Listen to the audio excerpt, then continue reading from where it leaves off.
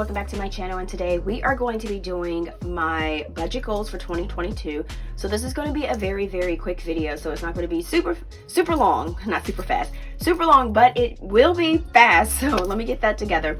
All right, so if you are new here, I am Tina and this is a budgeting channel, and I do a little bit of other things too. Welcome. And then also, if you're returning back, thank you so much for coming back to chill with me and see the things that I have to offer. As you guys know, I am kind of like trying to prep for 2022 to get my stuff together. So this is part of that, what I'm doing. So we are going to go ahead and hop into some of my goals that I have, and like I said, this is just what I'm thinking about for right now, so it might change when it gets into 2022, but this, we're going to set this right here, right now, this little situation. We're going to go ahead and take care of it. Okay, so I'm going to just use my iPad. This is just a notepad sheet that I just found on NoteWriter. It's the free version, so it's not any version I paid for. The first thing is I want to pay off, oops, we need to write, pay off my credit card.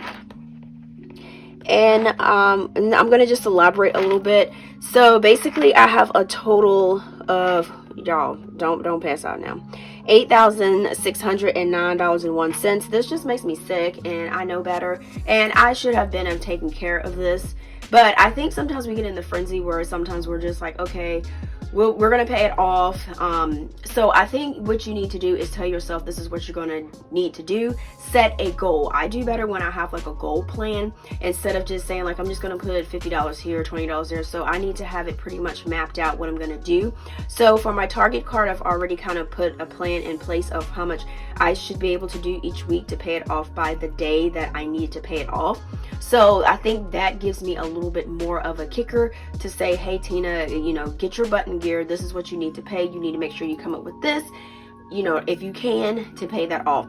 So I do have my Target card, I do have my Discover, and I do have my Wells Fargo card, and I do have like some ways that I'm going to pretty much pay it off, and you can kind of try it too. I am going to be doing some savings challenges, so I'm going to be incorporating the money that I put for that to pay for my debt. Also, I'm going to take some of my money challenges that I have, and I'm going to put extra on my credit cards, and then also I'm going to make sure that I don't add any extra charges or fees to my card. So make sure that I pay it on time or pay it extra if I need to. So that's my main focus of what I'm going to do for paying off my credit cards. All right, so the next thing I have is less spending.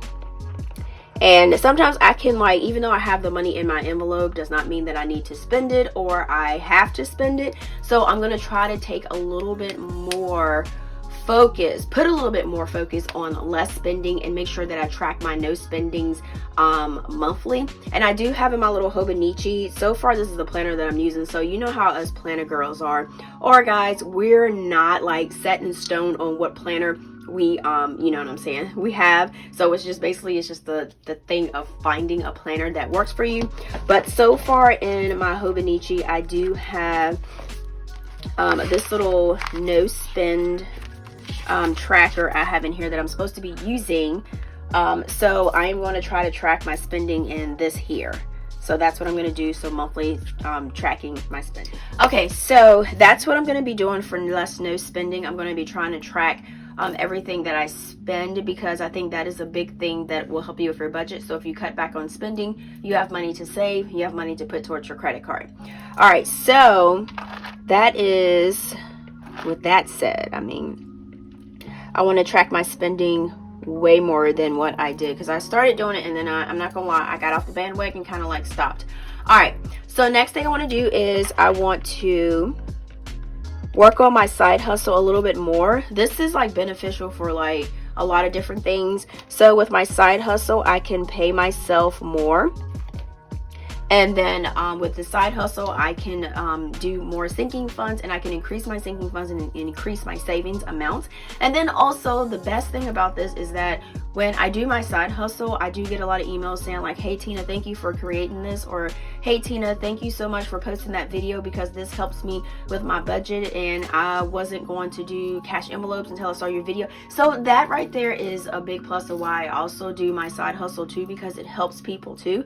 And then it also helps me stay accountable for like my budget also. So it's like a win-win for everybody. So that's what I'm talking about for like the side hustle. You know, getting paid for my side hustle is good, but then when I see that it does help other people, that's even freaking better. You know what I'm saying? You see that you have a purpose and your purpose is helping people. All right, so the next thing, which I'm not sure if I can do, but like I said, have to be positive. You can do whatever you want to do if you put your mind to it, is to get a month ahead in bills. So basically, I don't know if I'm going to do like an envelope for this or if I'm just going to like just make 2 payments or whatever. But that's one thing in 2022, I'm going to really try to get a month ahead in bills, because I see some channels that do that and it does help them.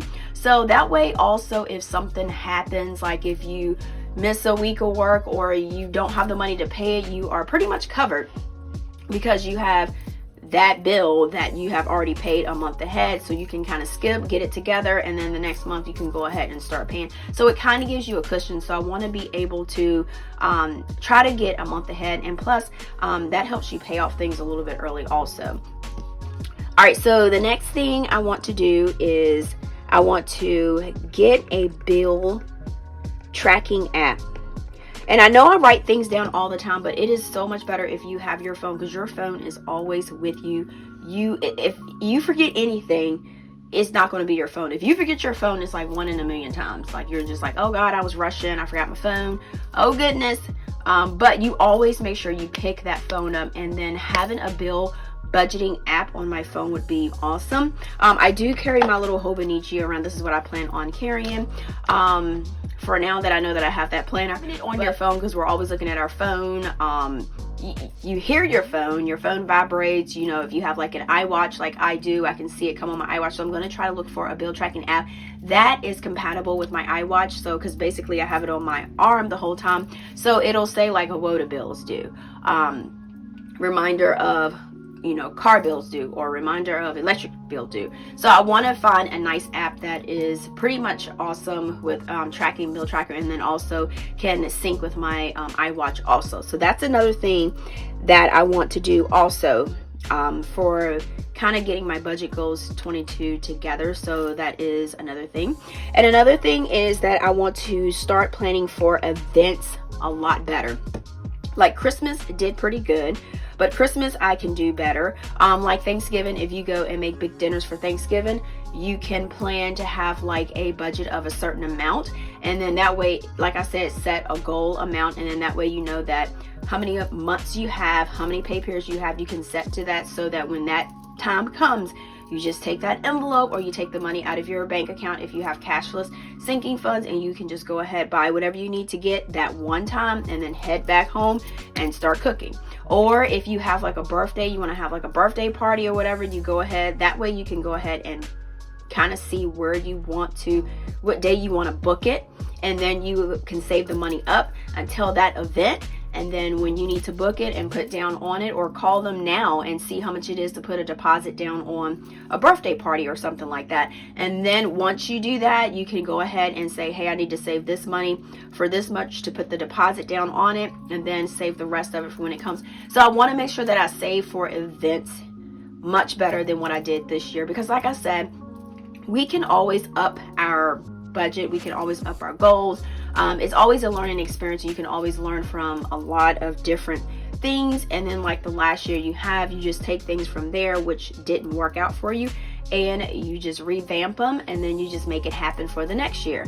All right, so that is what I have for our budget goals for 2022. And like I said, it might change because it's not set in stone, but for right now, those are the things that I'm kind of thinking of right now. So hopefully that kind of helps you kind of figure out a little bit of what you want to kind of switch up for your budgeting goals also. So if you have not already hopped over to my Instagram page, it's called A PinkeCloth Life with an A. And then also, just make sure you check out my website. It's called PinkeCloth.co. And then also I have an Etsy. It's PinkeCloth.etsy.com. A lot of you guys always message me to ask me where you can find like the printables and stuff like that. So that's where you can find it. I just want to put it out there. And then if you did like this video, guys, please give it a thumbs up, because you know we do appreciate it. And then like I always say, until next time, guys, peace.